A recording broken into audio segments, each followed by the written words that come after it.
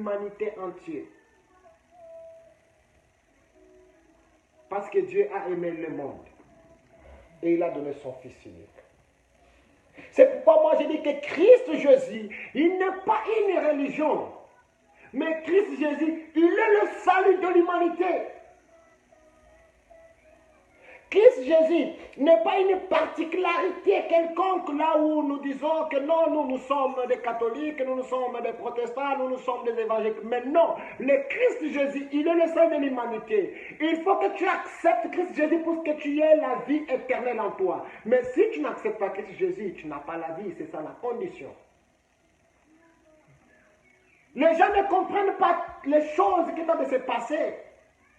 En plusieurs reprises, nous parlons, nous répétons, nous parlons, nous répétons. Mais c'est content de se focaliser dans une religion, une doctrine quelconque. Nous qui avons accepté Christ, nous n'avons pas accepté la doctrine fondée par un être humain, mais notre doctrine, c'est la parole sainte du Seigneur Jésus-Christ qui nous a laissés. Notre foi est basée en Christ, mais notre foi n'est pas basée dans les êtres humains. Parce que l'église du Seigneur, c'est l'église qu'on appelle l'église de l'amour. Et à cause de son amour, il s'est sacrifié lui-même. Et nous aussi, étant chrétiens, devons montrer cet amour à l'humanité entière. En leur disant, écoute, Christ t'a aimé. Écoute, Christ n'est pas mort pour bouddhistes, Christ n'est pas mort pour musulmans, Mohamed, pour soi-disant une certaine particularité de la croyance. Oh, je suis Mohamed musulman, je suis bouddhiste, oh, je suis hindou. Non, mais Christ Jésus, il est mort pour tout un être humain. Si tu le confesses de tout ton cœur, tu l'acceptes, tu seras sauvé, toi et ta famille. Dis la parole du Seigneur.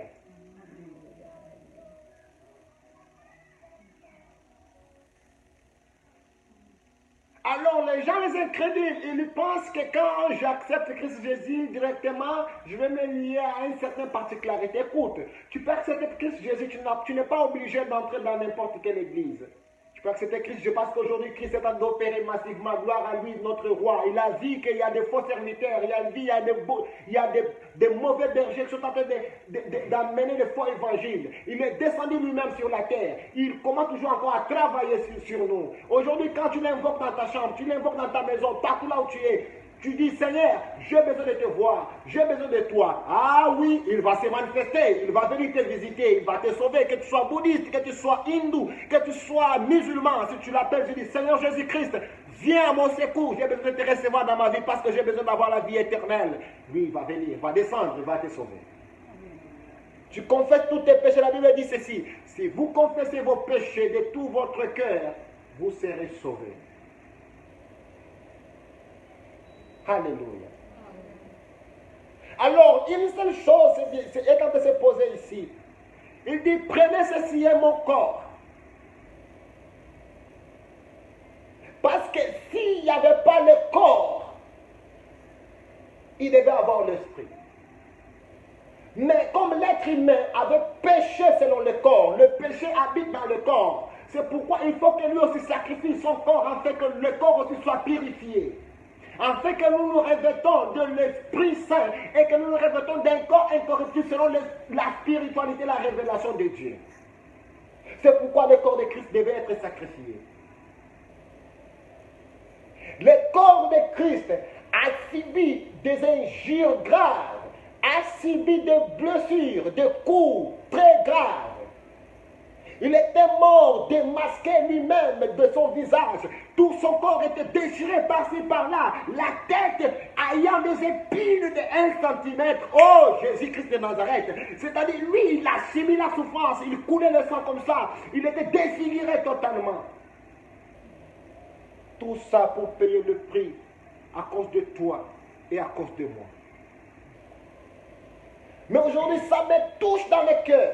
Voyant encore les gens en train de vivre selon selon le monde, selon la modalité du monde. Oh, Christ nous a sauvés de quitter dans le monde, de quitter les choses du monde, de quitter le péché. Quand je parle des choses du monde, je parle du péché, de laisser le péché, d'abandonner le péché, d'abandonner encore le mal au nom de Jésus. D'abandonner toutes choses vaines, la perdition, la distraction du monde, tout ce qui va, tous les désirs de la chair, c'est un péché. Parce que la Bible dit ceci, si vous marchez selon le désir de la chair, vous allez mourir. Mais marchez selon le désir de l'Esprit Saint, car les désirs de l'Esprit Saint sont contraires aux désirs de la chair. Voilà aujourd'hui. Les gens, vous êtes trop distraits, vous marchez, vous voulez toujours marcher selon les désirs de la chair. Vous ne voulez pas marcher selon les désirs de l'Esprit Saint de Dieu. Vous avez oublié le prix que Christ a payé pour nous. Vous avez oublié le prix que Christ a fait pour nous. Vous avez oublié le sacrifice. Je t'invite ce matin de pouvoir penser à ces souffrances que Christ a eues. Personne d'entre nous ne peut jamais accepter de souffrir de telle façon. Jusqu'à être crucifié à la croix. Un homme adulte tel qu'il est là, mais tout nu. Tout ça. La honte de l'humanité entière était retombée sur lui. Ta honte à toi était retombée sur lui. Tes fautes à toi étaient retombées sur lui. Il a tout accepté. Il a dit, à cause des moments